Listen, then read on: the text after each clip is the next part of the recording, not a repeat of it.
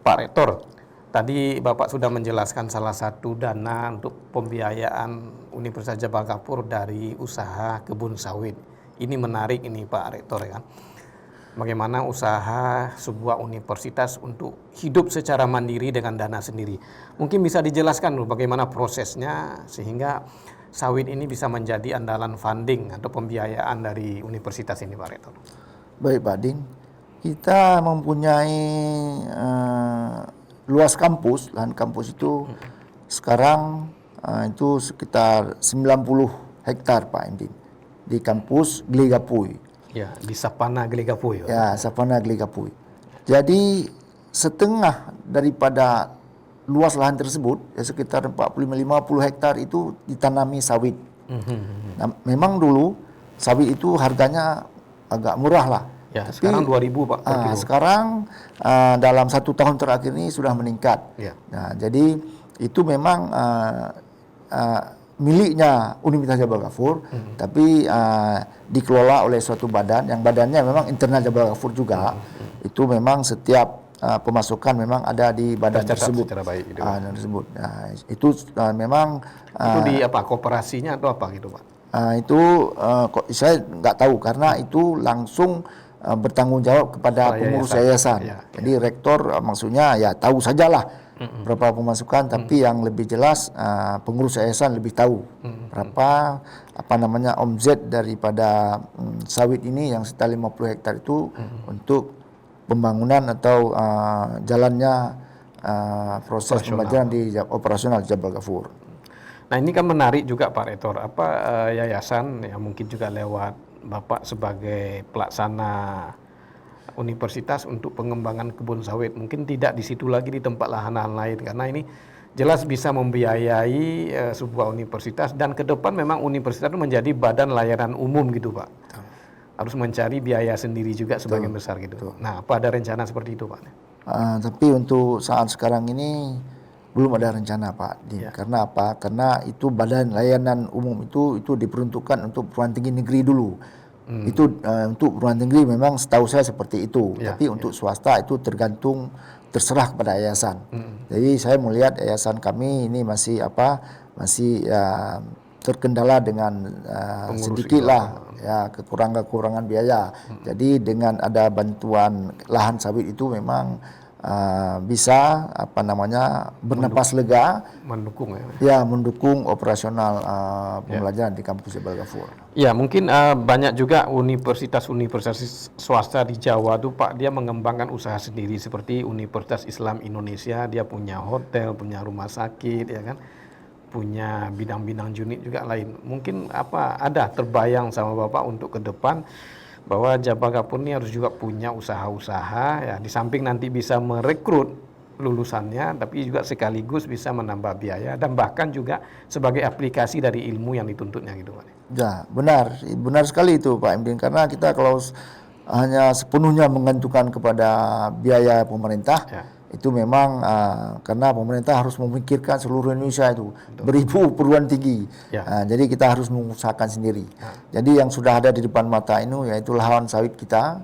Kemudian satu lagi ini yang saya sebutkan tadi itu lab komputer kita, Pak MD. Jadi kita sudah punya 2 ruang sebanyak 64. 1 ruang 32 bisa digunakan oleh lembaga jadi pemerintah. Itulah yang kita harapkan menjadi pemasukan bagi pembangunan kampus Jabal Kapur dalam hal operasionalnya, untuk mendukung operasional kita. Baik Pak Rektor, mungkin di dalam keseharian operasional atau membina mahasiswa-mahasiswa pasti banyak kendala yang dihadapi ya kan. Kalau bisa dijelaskan ada persoalan-persoalan yang dihadapi mahasiswa kita di Jabal Kapur itu apa saja tuh Pak Rektor? Nah, kita kan mahasiswa yang kuliah di Jabal Kapur dan perguruan tinggi swasta umumnya, itu mahasiswa-mahasiswa yang istilahnya itu yang kalau kita sebutkan secara kasar itu kan yang tidak lulus di perguruan tinggi negeri itu. Terseleksi secara alam. Iya, jadi mereka itu ya mau tidak mau ya harus ke swasta yang mau kuliah. Nah, jadi salah satu perguruan tinggi swasta itu Jabal Kapur. Senang tidak senang, suka tidak suka, kita harus menerima. Dan itu yang paling bagus saya kira, kalau kita mampu mendidik mahasiswa itu yang dia notabene-nya kognitifnya kurang, apalagi sikapnya agak kurang, ya. kita bimbing, kita bina dia menjadi yang bagus, apalagi mendapat pekerjaan baru setelah prestasi, lulusan, itu berarti kita luar biasa Pak Emdin. Kalau di negeri itu yang mereka terima kan mahasiswa yang pintar-pintar semua itu di sekolahnya. Jadi dari sekolah-sekolah favorit. iya, jadi kan kalau kita bandingkan memang luar biasa beratnya itu perguruan tinggi swasta menghasilkan lulusan yang unggul dan iman dan bertakwa Jadi tadi. kesulitan di pembiayaan sekaligus juga dari kualitas mahasiswa itu sendiri. Tapi kalau bisa Pak Rektor jelaskan komposisi mahasiswa itu dari daerah-daerah mana saja, apa dominannya tetap PD atau ada di daerah sekitarnya gitu? Ya, memang dominannya tetap PD Pak Emdin, tapi daerah sekitarnya seperti PD Jaya ada. Itu kan kalau dulu kan satu kabupaten PD ya, sekarang ya boleh kita katakan ya daerah sekitar kan di luar kabupaten PD. Nah, itu juga termasuk banyaklah sekitar 30%. Kemudian ada juga dari luar, tapi dari luar itu kita katakan bukan khusus lah ke Jabal Ghafur, tapi mereka ikut orang tuanya pegawai kan. Lagi tugas itu. Ya, tugas itu dia kuliah di situ ya, seperti itu Pak Emdin. Ya, Pak Rektor, ini tadi kita udah bicara kendala biaya, kemudian juga kualitas, kemampuan sebenarnya kan. Nah, tentu dari 2.000 orang mahasiswa tiap tahun, itu kira-kira yang bisa lulus itu berapa persen itu, Pak? Ini kan biasa ada seleksi alam juga dari 2.000, ya mungkin ada 5% atau 10% itu DO atau apa gitu, Pak. Oh ya gitu ya, maksudnya setiap tahunnya lulusannya ya. Jadi kami baru bulan Maret kemarin melakukan wisuda, itu sekitar 470 mahasiswa yang kita wisuda. Setiap tahun Pak ya? Setiap tahun. Jadi itulah bayangannya. Kalau sekarang, kalau dulu banyak Pak Emdin, karena kita banyak mahasiswa dulu kan, sekitar 450-an. Jadi yang DO juga bukan gak ada. Kita harus akui yang DO ada, artinya mereka betul-betul pas mau cukup habis waktunya kuliah sekitar 7 tahun, di situ dia mulai mengurus sana mengurus ini, udah mau DO, jadi nggak bisa lagi. Sebelumnya memang dia sudah bekerja atau sibuk dan sebagainya.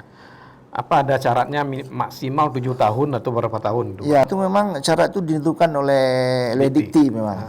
Nah, sekarang memang 7 tahun 14 semester. Tapi saya dengar, tapi belum sampai aturannya. Sekarang udah diperkecil lagi menjadi 6 tahun. Tapi kami masih memegangnya dulu, mahasiswa di atas 7 tahun memang sudah DO. Masih, karena faktor-faktor lingkungan tadi yang di luar perkiraan kita. Betul. Pak Rektor, ini pemerintah itu kan gencar untuk meningkatkan kualitas pendidikan secara menyeluruh seluruh Indonesia, termasuk pemerataannya. Nah, salah satu upaya yang dilakukan pemerintah itu adalah menegrikan perguruan tinggi di swasta. Nah, Universitas Jabal Ghafur sendiri apa ada rencana untuk dinegrikan, Pak Rektor? Masya Allah, pertanyaan yang memang bagus juga nih. Tapi saya menjawab seperti ini, Pak Emdin. Setahu saya ini, bahwa pemerintah itu memang tidak menghendaki PTS itu menjadi negeri. Setahu saya, mungkin bertolak belakang nih. Tapi ada beberapa universitas diajak untuk negeri gitu, Pak. Oh iya, mungkin universitas yang bukan prioritas. Karena apa? Karena kan kalau udah negeri itu pembiayaannya harus dari negeri juga. Jadi karena pembiayaan dari negeri, maka universitas swasta ini dimandirikan. Artinya terus diberi bantuan, ya kan? Tapi tidak seperti negeri, bantuan sehingga benar-benar survive ini PTS ini. Jadi sampai saat ini saya beranggapan lah. Saya juga nggak tahu bahwa PTS Jabal Ghafur ini untuk sementara memang belum ada rencana untuk dinegrikan. Tadi pertanyaan saya itu terkait dengan banyaknya universitas swasta di Aceh yang dinegrikan gitu Pak kan. Seperti UTU, UNSA, Malikus Saleh, kemudian ada beberapa IAIN juga.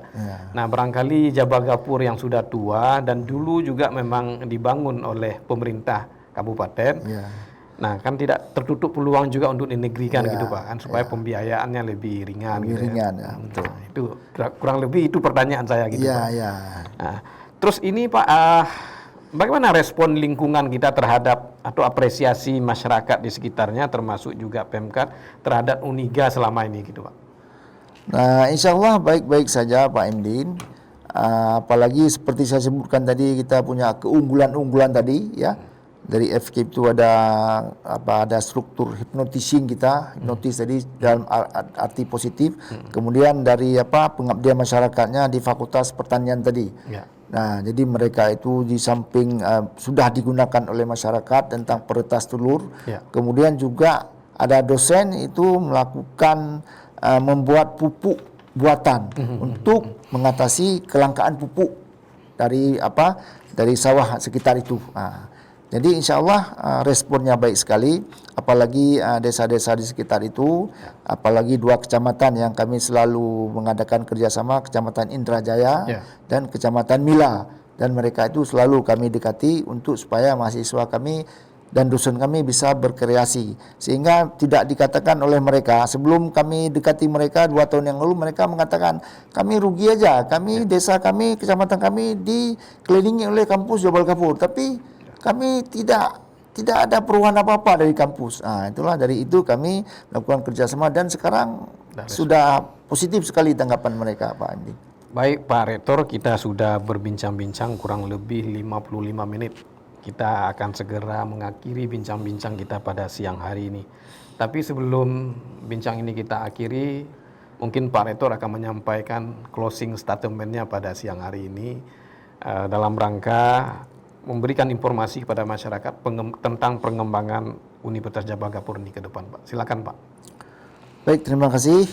Saudara Lun yang kami hormati, sudah panjang lebar kami membahas bersama Pak Emdin dari Serambi Indonesia tentang arah pengembangan Universitas Jabal Kafur untuk menghasilkan lulusan unggul berlandaskan iman dan takwa kepada Allah Subhanahu wa taala. Perlu kami sampaikan bahwa dalam statement closing ini bahwa kampus Universitas Jabal Kafur sekarang menuju kepada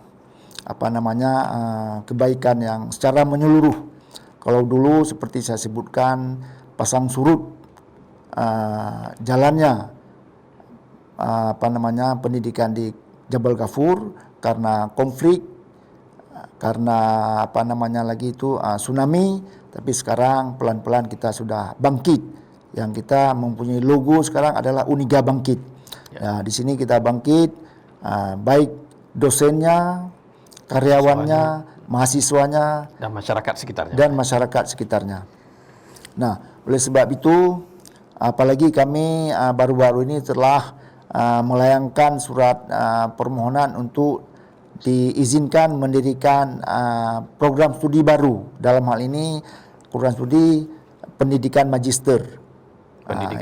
Pendidikan magister, artinya memang namanya pendidikan magister, tapi program studinya ada program studi penjaminan mutu pendidikan, kemudian ada juga satu lagi program studi ekonomi terapan. Jadi itulah kita pertama melakukan pengembangan. Kemudian pengembangan yang lain ialah kita bekerja sama dengan pihak-pihak dunia usaha, dunia industri, kepada Pemda, masyarakat setempat, sehingga keberadaan Jabal Kafur ini benar-benar dirasakan. Jadi jangan dianggap bahwa kampus Jabal Kafur ini sebagai menara gading, artinya tidak menyentuh sedikit pun kepada masyarakat. Itu yang sedang kami pikirkan, bahwa benar-benar Jabal Kafur ini dirasakan manfaatnya atau keberadaannya di tengah-tengah masyarakat Kabupaten Pidi. Semoga kampus ini dengan doa masyarakat Pidi, dengan doa kita sekalian bisa berkembang dengan baik untuk kita serahkan kepada generasi yang akan datang. Saya kira marilah sama-sama kita berdoa, kita membantu pembangunan kampus Jabal Kafur sehingga lebih maju lagi ke depan. Demikian Pak Embi. Baik, terima kasih Pak Rektor. Cedaralun, Universitas Jabal Kafur merupakan salah satu universitas tertua di Aceh. Mereka sudah memberikan kontribusi yang cukup besar, baik itu pengembangan masyarakat di sekitar kampus, pemerintah Kabupaten Pidi maupun juga masyarakat secara keseluruhan di Aceh. Kita berharap universitas ini menjadi salah satu penggerak pembangunan di daerah, terutama untuk pengembangan sumber daya manusia dan memenuhi kebutuhan tenaga kerja yang ada di seluruh Aceh, khususnya pemerintah Kabupaten Pidi dan Pidi Jaya. Terima kasih Anda telah bersama kami pada bincang pada siang hari ini. Jangan lupa menjaga protokol kesehatan sebagai upaya dan ikhtiar kita untuk cepat keluar dari pandemi ini. Sampai jumpa. Assalamualaikum warahmatullahi wabarakatuh.